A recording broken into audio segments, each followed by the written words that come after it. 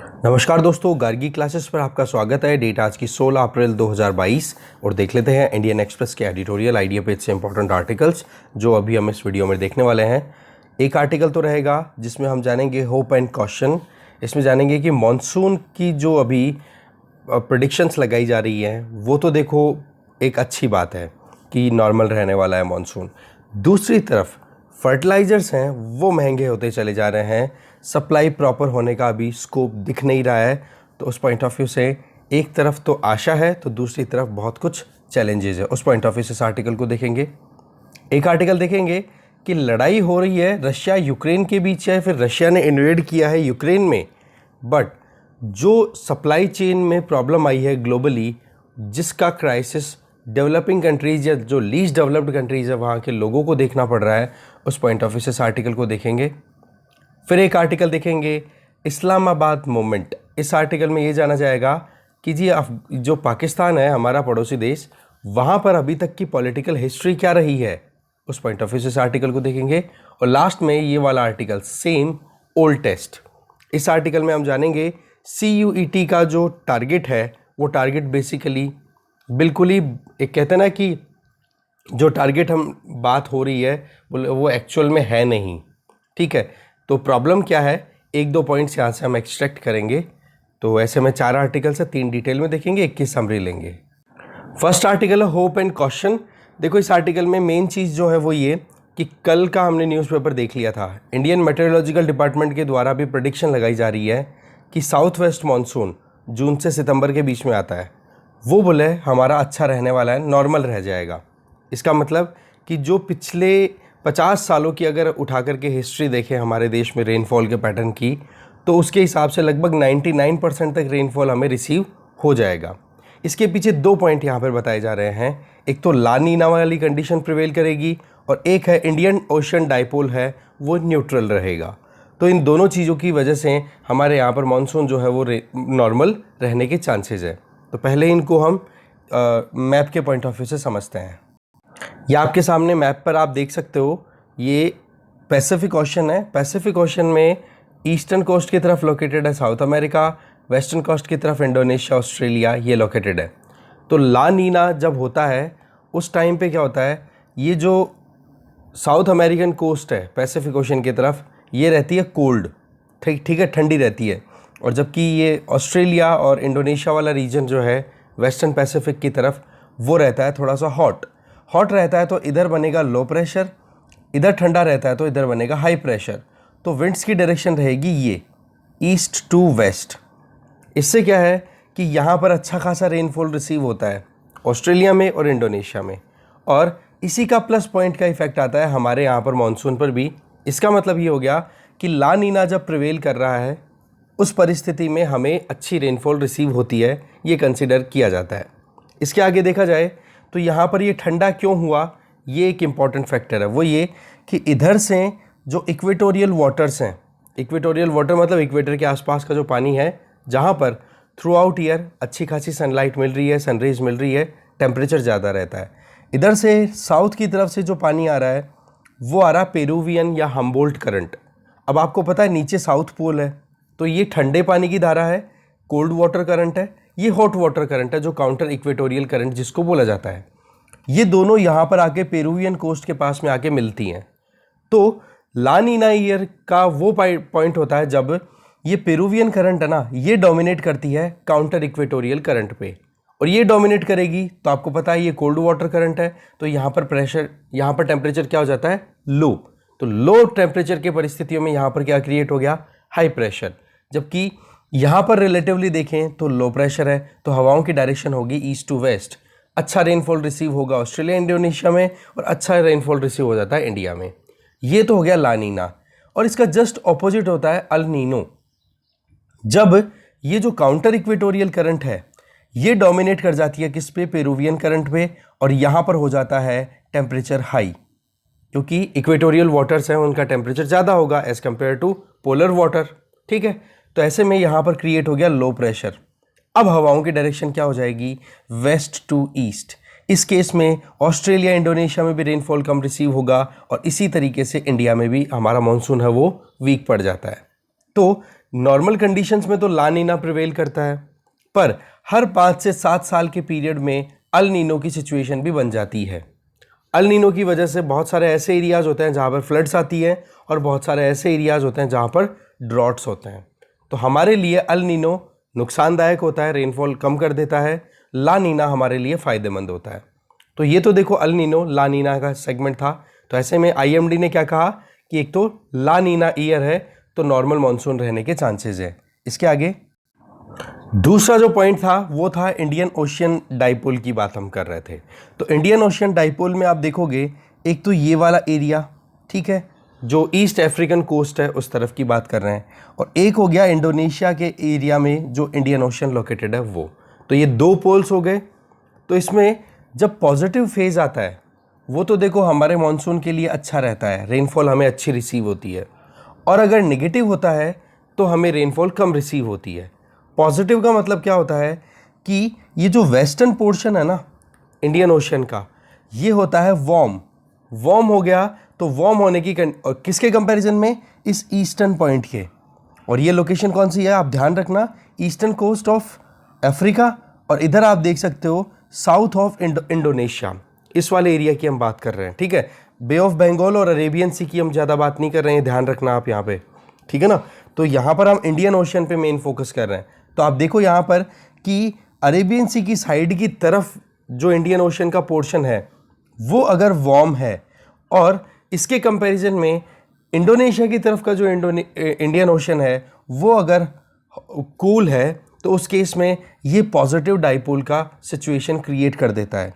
अब आपको पता है यहाँ पर लो प्रेशर क्रिएट होगा तो हवाएं ऊपर उठेगी, तो हवाओं की डायरेक्शन इधर से इधर आएगी, ठीक है, high pressure to low pressure, क्योंकि जहाँ पर टेम्परेचर ज़्यादा होता है वहाँ पर लो प्रेशर बन जाता है, जहाँ पर टेम्परेचर कम होता है वहाँ पर हाई प्रेशर बनता है, और विंड्स की डायरेक्शन हमेशा high pressure to low pressure होती है। तो इस केस में हाई टू लो प्रेशर की तरफ विंड्स आएंगी, और यहाँ पर फिर लो प्रेशर जो क्रिएट होगा, जिसकी वजह से ये विंड्स फिर बाद में यहाँ इंडिया की तरफ जो मानसून की डायरेक्शन है वो साउथ वेस्ट मानसून की डायरेक्शन ही तो होती है, तो ये अपने आप ये हवाएं इंडिया की तरफ मूव कर जाएंगी। इसकी वजह से क्या होता है, हमें अच्छा रेनफॉल मिलता है। तो इसका मतलब क्या हो गया, पॉजिटिव फेज अगर चल रहा है तो इंडिया में मानसून अच्छा रिसीव होता है। इसका मतलब क्या हो गया कि वेस्टर्न इंडियन ओशन जो है वो ईस्टर्न इंडियन ओशन के कंपैरिजन में वार्म होगा। तो ये तो देखो पॉजिटिव सिचुएशन है। अब आ जाओ इधर, अगर नेगेटिव इंडियन ओशन डाइपोल है तो इसका जस्ट ऑपोजिट हो जाएगा। ईस्टर्न कोस्ट ऑफ अफ्रीका ये तो कूल होगी, और वेस्टर्न को और ये जो eastern portion of Indian ocean जो कि साउथ में लोकेटेड है या इंडोनेशिया वाले एरिया में लोकेटेड है, वहाँ पर वार्म सिचुएशन प्रिवेल करेगी। तो हवाओं की डायरेक्शन क्या हो गई, इधर। तो अब हवाएं जो इधर साउथ वेस्ट मानसून के तौर पे इंडिया की तरफ जा सकती थी वो अब डाइवर्ट हो गई ईस्ट की तरफ। इस वजह से हमें रेनफॉल रिसीव होता है कम। तो ऐसे में अभी जो इंडियन मेट्रोलॉजिकल डिपार्टमेंट ने कहा है वो ये कि शुरुआती फेज में जून जुलाई का जो टाइम रहेगा, बोलो उस टाइम पर ये जो इंडियन ओशन डाइपोल है वो न्यूट्रल रहने वाला है। और न्यूट्रल रहने का मतलब क्या होगा कि बोले रेनफॉल हमें नॉर्मल रिसीव होगा। न्यूट्रल का मतलब ना तो बिल्कुल पॉजिटिव जा रहा है ना बिल्कुल नेगेटिव, मोर और लेस इंडियन ओशन के ईस्ट और वेस्ट दोनों की तरफ अगर देखें तो टेम्परेचर इक्वल सा फील होगा। तो ये हो गया न्यूट्रल, ठीक है। इसके आगे देखें तो ला नीना और न्यूट्रल इंडियन ओशन डाइपोल दोनों ने तो फेवर कर दिया मॉनसून का, चलो ये तो थोड़ी खुशी की बात है। अब सवाल क्या आ जाता है कि फार्मर्स के लिए केवल मॉनसून अच्छा होना ही ठीक है या कुछ और भी प्रॉब्लम है। प्रॉब्लम आ रही है प्लांट्स को जो न्यूट्रिएंट की ज़रूरत है उसकी सप्लाई में। जैसे ही अभी यूक्रेन रशिया वॉर शुरू हुआ है उसके बाद में हमारे यहाँ पर जो रिक्वायरमेंट होती है फॉस्फेट की, सल्फ़र की, फॉस्फेरिक और अमोनिया की, इनकी, या फिर आप कह दो कि पोटाश की, ये वो न्यूट्रिएंट है जो हम केमिकल फर्टिलाइज़र्स के थ्रू हमारे खेतों में अप्लाई करते हैं। बट रशिया जिस तरीके से युद्ध में उलझा हुआ है, और दूसरा फिर बेलारूस, रशिया वर्ल्ड में आप देख लो लार्जेस्ट एक्सपोर्टर है, ठीक है ना, फर्टिलाइज़र्स की अगर बात करी जाए तो, और दूसरी तरफ बेलारूस 6ठे नंबर पे आता है फर्टिलाइज़र्स के एक्सपोर्ट में। अब आप खुद देख लो कि कितनी प्रॉब्लम हमें फेस करनी पड़ रही है, क्योंकि हम मॉनसून डिपेंडेंट है तो मॉनसून तो चलो ठीक है, सिल्वर लाइन शो कर रहा है, बट जो फर्टिलाइजर्स की रिक्वायरमेंट है, जिसमें हम अगर बात करें यूरिया का, तो चलो ठीक है कि यूरिया का अरेंजमेंट तो इंडिया में लोकली भी प्रोडक्शन होता है और यूरिया में इतनी इशू नहीं है, बट म्यूरिएट ऑफ पोटाश और डीएपी, डाई अमोनियम फॉस्फेट, मतलब फॉस्फेट जो न्यूट्रिएंट है वो और पोटेशिक न्यूट्रिएंट है वो, उसकी सप्लाई के लिए हमारे पास में अभी कोई ऑप्शन दिख नहीं रहा है। ये तो चलो ठीक है कि अभी जो खरीफ का सीज़न है वो जून में शुरू होगा, तो तब तक थोड़ा टाइम स्पेस मिल रहा है, बट रिसेंट अभी 2 महीने जो गए हैं ना, फरवरी मार्च, इन 2 महीनों में कोई भी फर्टिलाइजर एग्रीमेंट नहीं किए हैं गवर्नमेंट ने, ठीक है। तो सबसे बड़ी प्रॉब्लम जो आ रही है वो सप्लाई साइड से आ रही है, तो ये एक चैलेंज है। तो ऐसे में अब महंगा तो होगा फर्टिलाइजर। अब महंगाई को कंट्रोल करने का तरीका क्या हो सकता है? या तो हमारे यहाँ पर लोकली प्रोडक्शन अच्छे से किया जाए, बट प्रोडक्शन के लिए आपको रॉ मटेरियल चाहिए, रॉ मटेरियल की सप्लाई में प्रॉब्लम है। दूसरा ये, अगर हम इंपोर्ट करते हैं महंगा फर्टिलाइजर, तो उस केस में हमें फिर सब्सिडी देनी पड़ेगी, तो सब्सिडी का बर्डन है गवर्नमेंट पे, वो पड़ेगा। तो क्या रास्ता है इसके लिए? तो एडिटर यहाँ पर बोल रहे हैं, एक तो हमें इमीडिएटली ऑल्टरनेटिव जो भी फर्टिलाइजर्स अवेलेबल हैं उनकी तरफ स्विच कर जाना चाहिए, जैसे कि हम सिंगल सुपर फॉस्फेट और कॉम्प्लेक्स फर्टिलाइजर्स को यूज़ कर सकते हैं। फॉस्फेटिक जो है, डाई अमोनियम फॉस्फेट की जगह आप सुपर फॉस्फेट यूज़ कर लो, और जो पोटाश की जो ज़रूरत है, ठीक है, उसको हम रिप्लेस कर सकते हैं कॉम्प्लेक्स फर्टिलाइजर से। कॉम्प्लेक्स फर्टिलाइजर्स में जैसे NPKS, that means NPKS, nitrogen, potash, phosphate, potash और सल्फर, उसके कॉम्बिनेशन से बना हुआ ये फर्टिलाइज़र 20:20:0:13 के रेशो से। सिमिलरली आप 10:26:26 NPK का कॉम्बिनेशन यूज़ कर सकते हो, ठीक है। इसके अलावा आप देख सकते हो, क्योंकि बेशक ये जो कॉम्प्लेक्स फर्टिलाइजर्स हैं या सुपर फॉस्फेट है, इनमें फॉस्फोरस और पोटाश का जो क्वांटिटी है वो DAP या फिर MOP के इक्विवेलेंट तो नहीं है, बट एक बार हम रिप्लेसमेंट के तौर पे ऑप्शन तो निकाल ही सकते हैं ना। दूसरी चीज़ क्या है कि जितना हम फार्मर्स को ये अप्लाई करने के लिए बोलेंगे कॉम्प्लेक्स फर्टिलाइज़र, और जितनी शॉर्टेज पड़े पोटाश की और फॉस्फेट की उनके खेतों में, उस शॉर्टेज को पूरा किया जा सकता है फार्म यार्ड मैन्योर, जो भी गोबर से तैयार किया हुआ जो मैन्योर है वो अप्लाई कर दो, कंपोस्ट, ऑर्गेनिक वेस्ट, उनको आप अप्लाई करके इनको सप्लीमेंट करवा सकते हो। तो ऐसे में बुरी परिस्थिति में हम ऐसे मैनेज कर सकते हैं। दूसरी चीज़ क्या है कि हमारा देश जो है नेचुरल गैस भी इंपोर्ट करता है, रॉक फॉस्फेट भी इंपोर्ट करता है, पोटाश भी इंपोर्ट करता है, और एलिमेंटल सल्फर रिजर्व भी हमारे यहाँ पर प्रॉपर नहीं है। तो इस केस में हम खुद से आत्मनिर्भर हो जाएं, इसमें थोड़ा चैलेंज है। वैसे देखा जाए तो वेस्टर्न राजस्थान में नागौर बीकानेर वाला जो एरिया है, इस तरफ पूरी एक पट्टी मिली है, बीकानेर गंगानगर वाला एरिया है ना, इस तरफ एक पट्टी भी मिली है जहाँ से रॉक फॉस्फेट और ये निकाला जाएगा, पोटाश का इनका एक्सकेवेशन होगा। पर वही चीज़ है, अभी वो अंडर प्लान है, ठीक है, पर वो भी देखने वाली चीज़ है कि कितना प्रैक्टिकली वायबल होगा, अभी तो केवल सर्वे हुआ है उसका, ठीक है। इसके आगे गवर्नमेंट को दूसरे ऑप्शंस एक्सप्लोर करने चाहिए। जब तक रशिया बेलारूस जो है वो अभी अपनी प्रॉब्लम से निकल नहीं पा रहे हैं, या ये जो युद्ध ख़त्म नहीं होता, तो हम Canada, Jordan, Morocco, Tunisia, Egypt, Senegal, Togo, इन कंट्रीज़ के साथ एंगेज कर सकते हैं। इवन रशिया और बेलारूस के साथ भी एंगेज करने की ज़रूरत पड़े तो हम कर लें, क्योंकि अभी खरीफ सीजन है, खरीफ के back to back rabi season आ जाएगी, तो दोनों सीजन्स में फर्टिलाइज़र के बिना काम नहीं होगा। नहीं तो आपको पता है ना श्रीलंका में क्या हाल हो रहा है। बस वो बात ठीक है कि हमारे पास में सरप्लस में फूड अवेलेबल है, बट फिर भी हम उस सरप्लस को देख कर के लापरवाही नहीं बरत सकते, वो वाली बात है। आगे चलते हैं।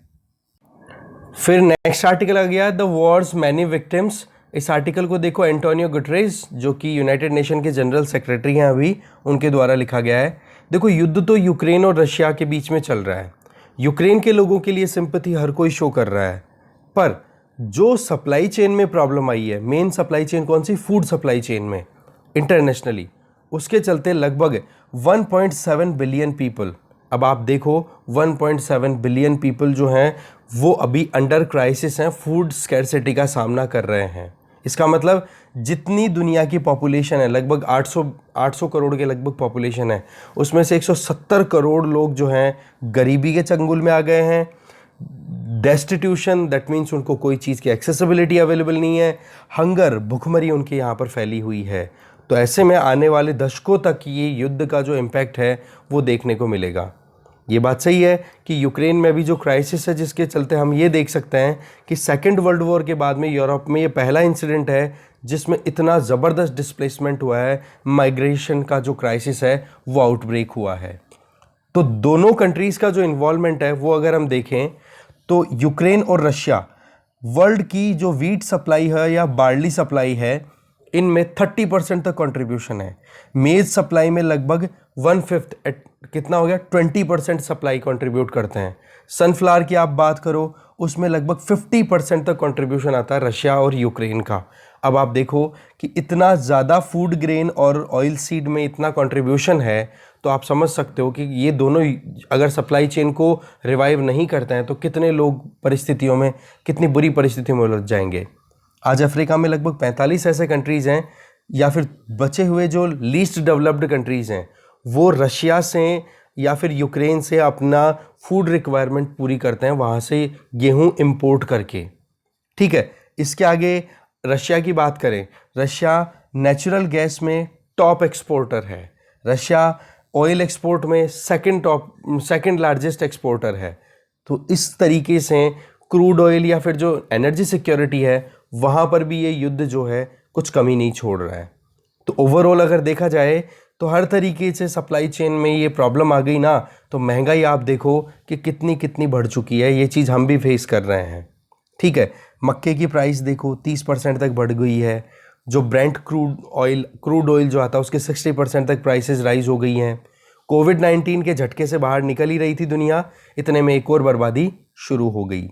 ज़रूरत है लगभग $8 बिलियन की, तब जाकर के यमन, चैड और niger, Yemen, Chad and niger, in 3 countries में जो फूड क्राइसिस चल रहा है उसको टैकल किया जाना पॉसिबल हो पाएगा। क्योंकि सबसे बड़ी प्रॉब्लम क्या आ रही है पता है, एक तरफ तो है भुखमरी और एक तरफ है बिल्कुल ही मतलब कहते हैं ना कि फैमिन जैसी सिचुएशन बन रही है, स्टारवेशन, कि कुछ भी नहीं मिल रहा खाने को। एक तो आपको हंगर, भूख के बदले में आपको 2 रोटी मिल रही है और दूसरी तरफ आपको भूख के बदले में कुछ नहीं मिल रहा। तो इस केस में जो भूखे लोग हैं जिनको 2 रोटी मिल रही है उनकी में से भी 1 रोटी फिर स्टार्विंग को ले जा करके देनी पड़ रही है। बोले ये बहुत मुश्किल चॉइस है हमारे सामने। यूनाइटेड नेशन ने भी अपनी तरफ से बहुत सारे लाइफ सेविंग ऑपरेशन कंडक्ट किए हुए हैं, पर वही चीज़ है, ये सप्लाई चेन में ही इतनी प्रॉब्लम आ गई तो यूनाइटेड नेशन कहाँ से अनाज इकट्ठा करेगा। कुछ कंट्रीज़ हैं वो ऑलरेडी क्राइसिस में उलझ चुके हैं, जिसका एग्जांपल हम श्रीलंका में तो देख ही रहे हैं, और बाकी यमन, नाइजर, चैड या सूडान, ये ऐसे कंट्रीज़ है जहाँ पर तो ऑलरेडी कॉन्फ्लिक्ट चलते ही रहते हैं, लड़ाई होती रहती है। और पता है ना लड़ाई का मेन कॉज क्या होता है, एक तो देखो पुअर्टी, एक होती है इनइक्वालिटी, एक होती है अंडर डेवलपमेंट, एक होती है निराशा। 3 चीज़ें होती हैं जिसकी वजह से लड़ाई होती है। गरीबी के चलते एक इंसान मरता क्या नहीं करता वाला कॉन्सेप्ट, इनइक्वालिटी के चलते एक इंडिविजुअल बहुत ज़्यादा एट्रोसिटी कर देता है, जो लोग जिनके पास में कुछ होता नहीं है। Karl Marx haves and have nots, तो हैव नॉट्स के साथ में बहुत ज़्यादा प्रॉब्लम हो रही है। अंडर डेवलपमेंट, अगर किसी एरिया में डेवलपमेंट बहुत अच्छा नहीं है, एजुकेशन अच्छी नहीं है, वहाँ पर जॉब क्रिएशन अच्छी नहीं हो रही है, तो वहाँ के लोग फिर मजबूरन फिर पेट भरने के लिए क्या करेंगे। जैसे रिवाइंस ऑफ चंबल के बिहड़ से अगर हम यहाँ पे लिंक करें तो चंबल के बिहड़ में बागी या डाकू लोग क्यों होते हैं, क्योंकि वहाँ पर एग्रीकल्चरल प्रैक्टिसेस नहीं हो पाती हैं, बेडलैंड टॉपोग्राफी प्रिवेल कर रही है। ये तो चलो ज्योग्राफी का सेगमेंट है, बाकी जहाँ पर बहुत बुरे तरीके के हालात चल रहे हैं, कुछ भी एक्टिविटीज़ ऐसी नहीं हो रही हैं जो कि एनकरेजिंग हो, ठीक है, तो वहाँ पर भी प्रॉब्लम हो जाती है। निराशा जब किसी के हाथ लग गई तो फिर बाद में एक्सपेक्टेशन जब टूट जाती है ना इंसान की, तो फिर बाद में वो वैसा आउटब्रेक कर देता है लड़ाई में।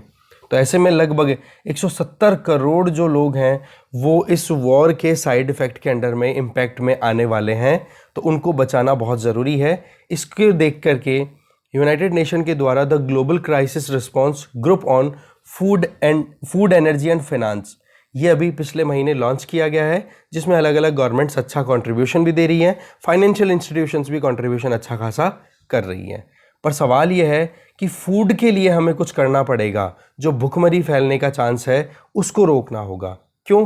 कंजर्वेटिव आइडियाज़ पे काम करने लग गए हैं कंट्रीज़, प्रोटेक्शनिज्म पे आइडियाज़ पे काम करने लग गए हैं, इसलिए वो अपने पास में सरप्लस में फूड अवेलेबल भी है तो भी एक्सपोर्ट करने के लिए मना करते हैं। तो इस केस में हंगर और फैमिन जैसी सिचुएशन अगर बन जाएगी तो फिर बाद में ह्यूमैनिटी बचेगी कहाँ। तो ज़रूरत है एक ह्यूमैनिटेरियन असिस्टेंस की। देखा जाए तो वर्ल्ड फूड प्रोग्राम के अंडर में आप जानते हो कि खाना अवेलेबल कराया जाता है।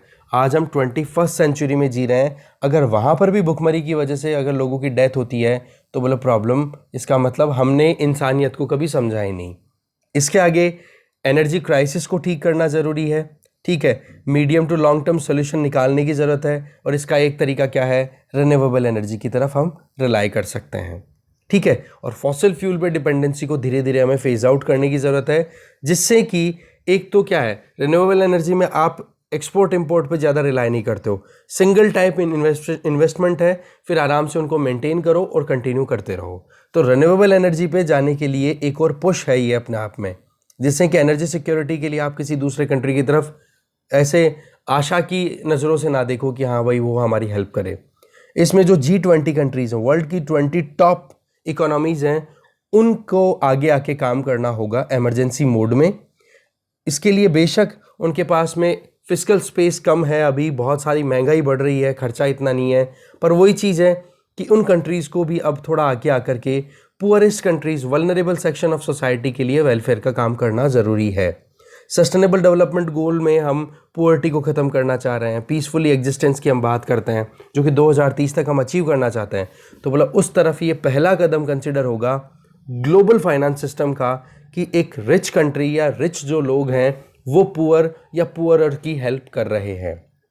इसके लिए कैश ट्रांसफ़र का जो ऑप्शन है, वो भी कैश ट्रांसफ़र का सेगमेंट आपको पता है, जो यूनिफाइड पेमेंट इंटरफेस है यूपीआई हमारा, ये वर्ल्ड फेमस है इस टाइम पे, ठीक है। अलग अलग कंट्रीज इस सेगमेंट पे काम कर रहे हैं। इंडिया ने जिस तरीके से आधार बेस्ड ये यूपीआई का सिस्टम यूज़ किया है, भीम एप्लीकेशन पहली थी, और अब आप जानते हो जिस तरीके से पेटीएम भी यूज़ हो रहा है, या फिर आप जानते हो फ़ोनपे, गूगल पे, अब व्हाट्सएप को और अप्रूवल मिल गया है। तो ये सेगमेंट्स क्या कर रहे हैं, कैश ट्रांसफ़र्स को, डायरेक्ट बेनिफिट ट्रांसफ़र का जो सेगमेंट है वो बोले एक बेनिफिट का काम कर सकता है। तो ओवरऑल बात ऐसी है कि ये जो रशिया ने अटैक किया ना, ये यूक्रेन पे नहीं किया है, ये पूरी दुनिया के जो गरीब लोग हैं, जो वल्नरेबल पीपल है ना, बहुत ही ज़्यादा सहनशील लोग, उनके ऊपर सबसे ज़्यादा अटैक हुआ है। तो ज़रूरत है कि जो इनोसेंट बहुत दूर बैठे हैं इस युद्ध से, जिनका बहुत दूर दूर तक लेन देन नहीं है, उनको भी इसका विक्टिम बनना पड़ रहा है। ग्लोबल कम्युनिटी को साथ में आकर के उनको सपोर्ट करना चाहिए, और ये वॉर कुछ भी हो ख़त्म होना चाहिए, पीस स्टैब्लिश होनी चाहिए। ये बात इनके द्वारा कही गई है। तो इसमें कुछ पॉइंट्स थे, आगे चलते हैं। नेक्स्ट आर्टिकल है एन इस्लामाबाद मोमेंटम। आर्टिकल को लिखा है मेनका गुरुस्वामी जी के द्वारा। देखो इनका ये कहना है कि अभी 11 अप्रैल को इमरान खान के अगेंस्ट में नो कॉन्फिडेंस मोशन पारित हो गया और लीडरशिप हट गई, अब नई लीडरशिप आ गई है। तो ऐसे में फर्स्ट सिटिंग तो आपको पता है 1 अप्रैल को ये होने वाली थी वोटिंग, पर पार्लियामेंट को डिसॉल्व किया गया। पार्लियामेंट को डिसॉल्व करने के बाद में अपोजिशन पार्टीज पहुंच गई सुप्रीम कोर्ट में, और सुप्रीम कोर्ट ने फिर पार्लियामेंट के डिसोल्यूशन को अनकॉन्स्टिट्यूशनल डिक्लेयर किया। फिर से पार्लियामेंट बुलाई गई और अल्टीमेटली नो कॉन्फिडेंस मोशन पारित हो गया। ऐसे में आप देख सकते हो कि पाकिस्तान में प्राइम मिनिस्टर का चेंज होना ये कोई पहली बार नहीं है, ऑल ऑफ सडन, ठीक है। बहुत मुश्किलों से कोई पाकिस्तान का अभी तक भी एक भी ऐसा प्राइम मिनिस्टर नहीं रहा है जिसने अपने 5 साल का टेन्योर कंप्लीट किया हो। अब की बार तो चलो ठीक है कि कॉन्स्टिट्यूशनल बेसिस पर पाकिस्तान में वोटिंग हुई, और उस वोटिंग के बेसिस पे फिर पाकिस्तान के प्राइम मिनिस्टर ने अपनी सत्ता छोड़ी। नहीं तो इसके पहले तो पाकिस्तान की मिलिट्री जो है उसने सारे काम किए हैं। अब पाकिस्तान की मिलिट्री की अगर हम बात करें तो इलेक्टेड गवर्नमेंट से ज़्यादा पावरफुल मिलिट्री है और जुडिशरी है। तो ऐसे में गवर्नमेंट अगर किसी ने चलानी है ना पाकिस्तान में, तो उसको मिलिट्री के साथ अपनी अलायंस अच्छे से बनानी होगी और साथ में जुडिशरी को ज़्यादा चैलेंज नहीं करना होगा। अब सवाल क्या है कि पाकिस्तान की जो मिलिट्री है या आर्मी है वो प्रोफेशनल तो है, पर उसके साथ साथ में पाकिस्तान में अगर वेल्दीएस्ट कॉमर्शियल प्लेयर कोई है ना, तो वो भी मिलिट्री है। मतलब मिलिट्री का रोल आप कॉमर्शियल सेगमेंट में भी देखो। एक बुक है इन्फ्लुएंशियल बुक जिसका नाम है मिलिट्री आईएनसी, जिसको लिखा है आयशा सिद्दीकी। उनका ये कहना है कि पाकिस्तान में अगर सबसे बड़ा कोई लैंड ऑनर है ना, तो वो पाकिस्तान की मिलिट्री है, जिसके पास में 11.58 मिलियन एकड़ ज़मीन अवेलेबल है। अब आप देख लो खुद। इसके अलावा वीट की स्टोरेज की बात करो, फर्टिलाइज़र प्रोडक्शन की बात करो, ऑयल और गैस को एक्सप्लोर करने के लिए वहाँ पर कोई प्रोजेक्ट चल रहे हैं प्रोडक्शन के लिए, sugar, rice, ginning mills, fish farm, bicycle manufacturing plant, बोला इन सब पे मिलिट्री की कमांड है।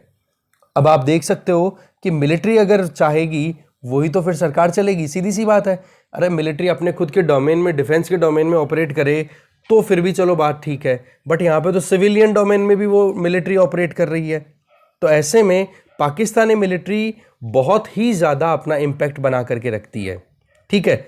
इवन जो पॉलिटिकल जो सेगमेंट है उस पर पूरा इन्फ्लुएंस है। तो वही इसी तरीके से पाकिस्तान की मिलिट्री ने अपना पूरा रोल प्ले किया है अभी तक जितना भी सत्ता पलट हुई है वहाँ पर। तो सबसे पहली शुरुआत होती है पाकिस्तान की मिलिट्री ने जब अपने हाथ में पावर ली, वो थी पाकिस्तान जैसे इंडिपेंडेंट होता है उसके बाद में कैसे जैसे करके थोड़ा सा ट्रेजेक्ट्री पे जो जिस इंडिविजुअल ने पाकिस्तान को बनवाया था उनकी तो हो गई डेथ, मोहम्मद अली जिन्ना की, ठीक है। फिर पाकिस्तान में एनार्की या फिर मिलिट्री रूल ही रहा ज़्यादातर। पाकिस्तानी आर्मी ने सबसे पहले पॉलिटिक्स में एंट्री दी 1958 में, जब जनरल अयूब खान ने, ठीक है, कॉन्स्टिट्यूशनल रिजीम जो स्टैब्लिश हुआ था 1956 में उसको उखाड़ फेंका, ठीक है। और इसको फिर बाद में एक एक्सपर्ट है जिनका नाम है KJ न्यूमैन, उन्होंने कहा था प्रिवेंटिव ऑटोक्रेसी बोला गया था इसको। इसका मतलब कि वहाँ पर इस तरीके का सिस्टम मिलिट्री इंट्रोड्यूस करना चाह रही थी कि मिलिट्री जो चाहे वो काम हो जाए। मिलिट्री ने कू करने में ज़्यादा टाइम नहीं लगाया, ठीक है जी। फिर ये कोई एक बार मिलिट्री कू हुआ या तख्ता पलट हुआ ऐसा नहीं है। इसके बाद में जुलाई 1977 में भी हुआ और अक्टूबर 1999 में भी हुआ। जुलाई 1977 में जुल्फ़िकार अली भुट्टो के खिलाफ में और 99 में नवाज शरीफ के खिलाफ में जो परवेज़ मुशर्रफ ने किया था। तो ऐसे में अभी तक की ये जो मिलिट्री कू थे 1958, 1977, 1999 ये अनकॉन्स्टिट्यूशनल थे, इसमें मिलिट्री एक तरफा काम कर रही थी। बट इमरान खान का जो अभी डिसमिसल हुआ है ना, ये अपने आप में पार्लियामेंट के नो कॉन्फिडेंस मोशन हुआ है, नो कॉन्फिडेंस के मोशन पे हुआ है, बेस्ड हुआ है। तो इस केस में क्या हो गया, ये कॉन्स्टिट्यूशनल फंक्शनिंग को दिखा रहा है कि अब मिलिट्री भी है, वो कर तो रही है अपना काम बट अब कॉन्स्टिट्यूशनल बेसिस पे कर रही है। इसका मतलब क्या हो गया कि अब जैसे ही स्टेटमेंट भी आए थे, जब भी अगर पाकिस्तानी मिलिट्री चीफ की हम बात करें, जावेद बाजवा की अगर हम बात करें, तो उन्होंने क्या बोला था कि भाई हम जियो पॉलिटिक्स की बजाय जियो इकोनॉमिक्स की तरफ जाना चाह रहे हैं। और अब जो सरकार का तख्ता पलट जो हुआ है उसमें भी पार्लियामेंट में वोटिंग करवा करके फिर किया है। तो ऐसे में एक तो क्या है, प्रीवियस जो एक्सपीरियंसेस हैं उनसे थोड़ा सा अब डिफरेंट मैनर में पाकिस्तान में मिलिट्री की एक्टिविटीज़ हो रही है। इसके अलावा पाकिस्तान में पार्लियामेंट्री फॉर्म ऑफ डेमोक्रेसी है बट वो अभी तक अनस्टेबल बनती रही है, ये हमने ऑलरेडी देख लिया। देखो पाकिस्तान जब फाउंड हुआ था, आपको पता है 14 अगस्त 1947 को इंडिपेंडेंस हो गई थी, 15 अगस्त को हम कंसिडर करते हैं। तो अक्टूबर 24, 1954 को ही गवर्नर जनरल ने कॉन्स्टिट्यूएंट असेंबली को डिसॉल्व कर दिया, जो कि एक इलेक्टेड बॉडी थी।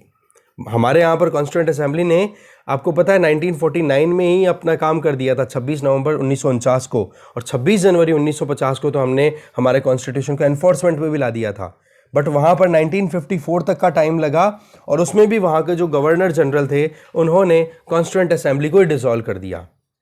और उसमें ये था, क्योंकि आपको पता है उस टाइम पे जब इंडिपेंडेंट हुए थे तो पाकिस्तान दो पार्ट्स में था, एक तो आज का बांग्लादेश जिसको ईस्ट पाकिस्तान बोलते हैं और एक वेस्ट पाकिस्तान जिसको आज पाकिस्तान बोलते हैं।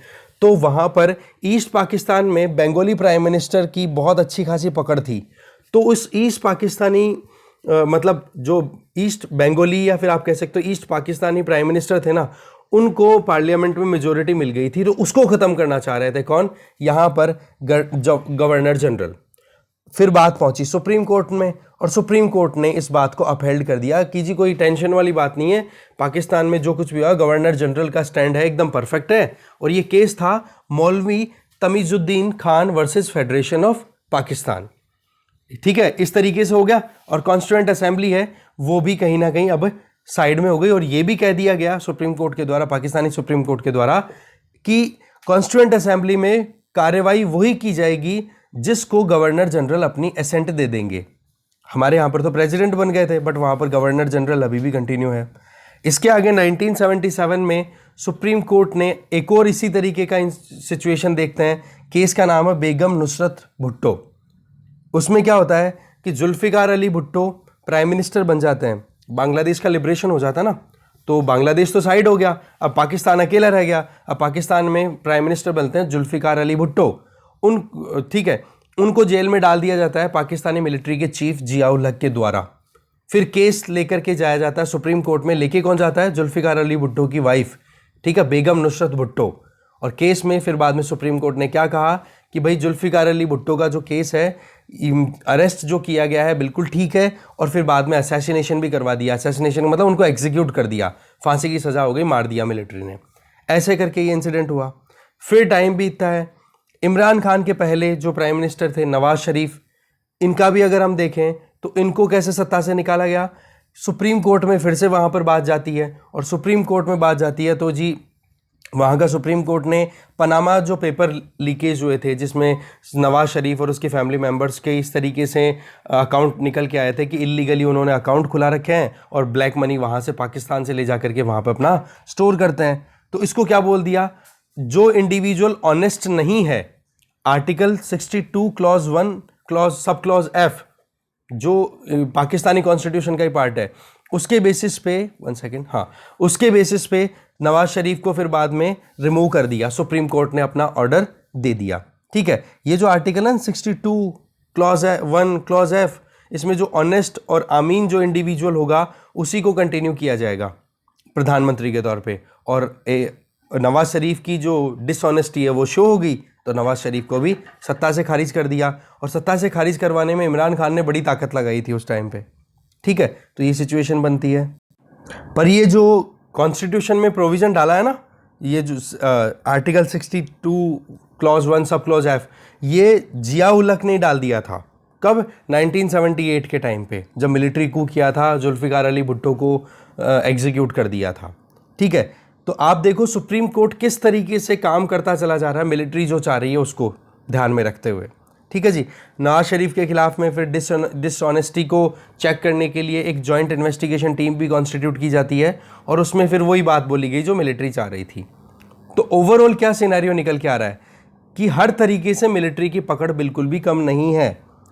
1988 में जो जनरल जियाउल हक था, उसका प्लेन क्रैश में हो जाती है डेथ।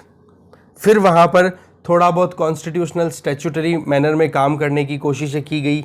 ठीक है, वैसे जियाउल हक ने जो अपना 10 साल का जो पीरियड निकाला 1978 से 1988 तक का, उसमें उसने करप्शन भी रोकने की कोशिश की थी, इस्लाम को ज़्यादा प्रमोट करने की कोशिश की, इस्लाम के ख़िलाफ़ में कोई भी एक्टिविटी होती तो उसको दबाने की कोशिश की। तो ओवरऑल आप देख सकते हो कि मिलिट्री ने यहाँ पर कहीं पर भी प्रॉपर कॉन्स्टिट्यूशनल प्रोविज़न का बेस यूज़ नहीं किया, सीधा कू कर दिया, उखाड़ के फेंक दिया प्राइम मिनिस्टर को। पर इमरान खान का केस है, यहाँ पर एक तो सुप्रीम कोर्ट ने कॉन्स्टिट्यूशनैलिटी शो की है कि भाई हम भी थोड़ा सा संविधान की इज्जत करते हैं।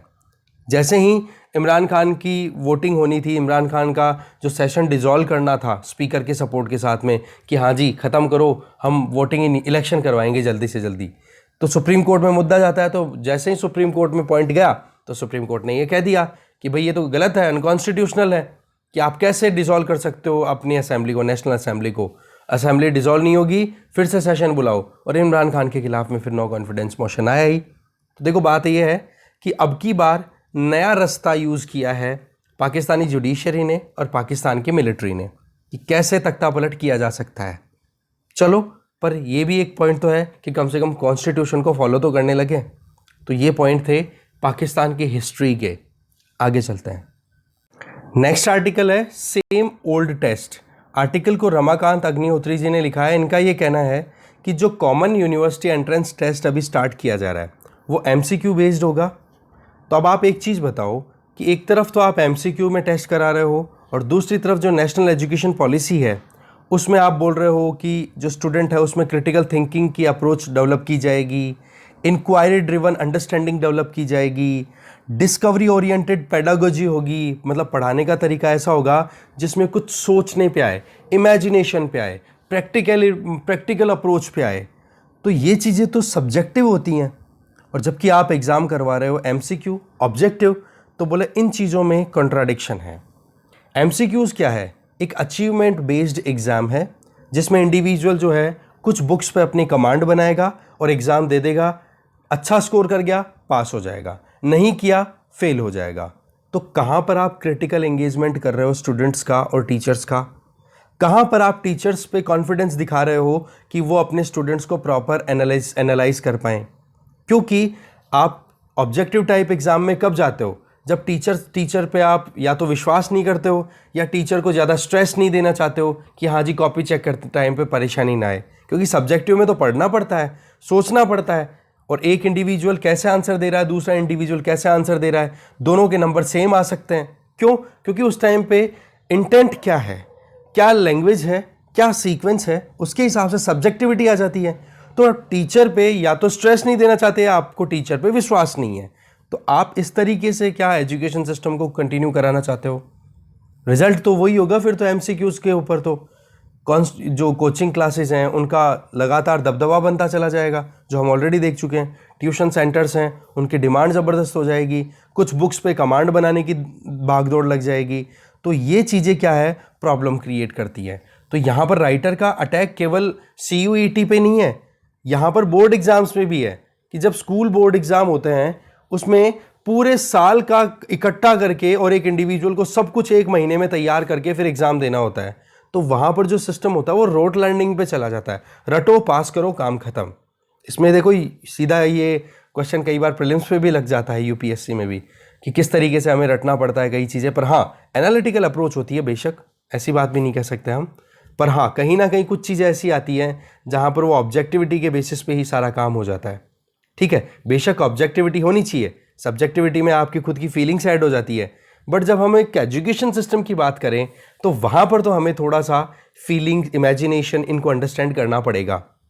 क्या हम एक होमोजेनिटी लाना चाह रहे हैं? क्या हम एक एंजाइटी टाइप की एजुकेशन सिस्टम लाना चाह रहे हैं? या एक एजुकेशन सिस्टम ऐसा हो जो कि बोर्डम हो, बहुत ही ज़्यादा एक तरीके से बोर करने वाला, इंटरेस्टिंग ना हो?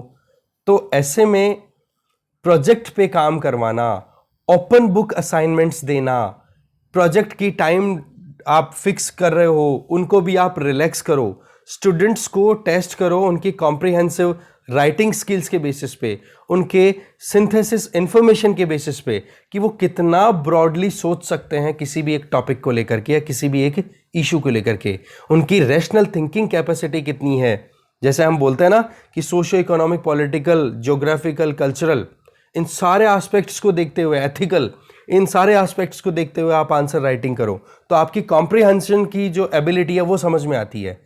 ठीक है, तो इसी तरीके से क्या आप जहां पर टीचर्स का जो बर्डन है दूसरी तरफ, उस बर्डन को थोड़ा रिड्यूस करो और पेडागोजी है जो एक्चुअल में एंगेजमेंट जो टीचर्स की होनी चाहिए पढ़ाई पे, उस पे लाओ।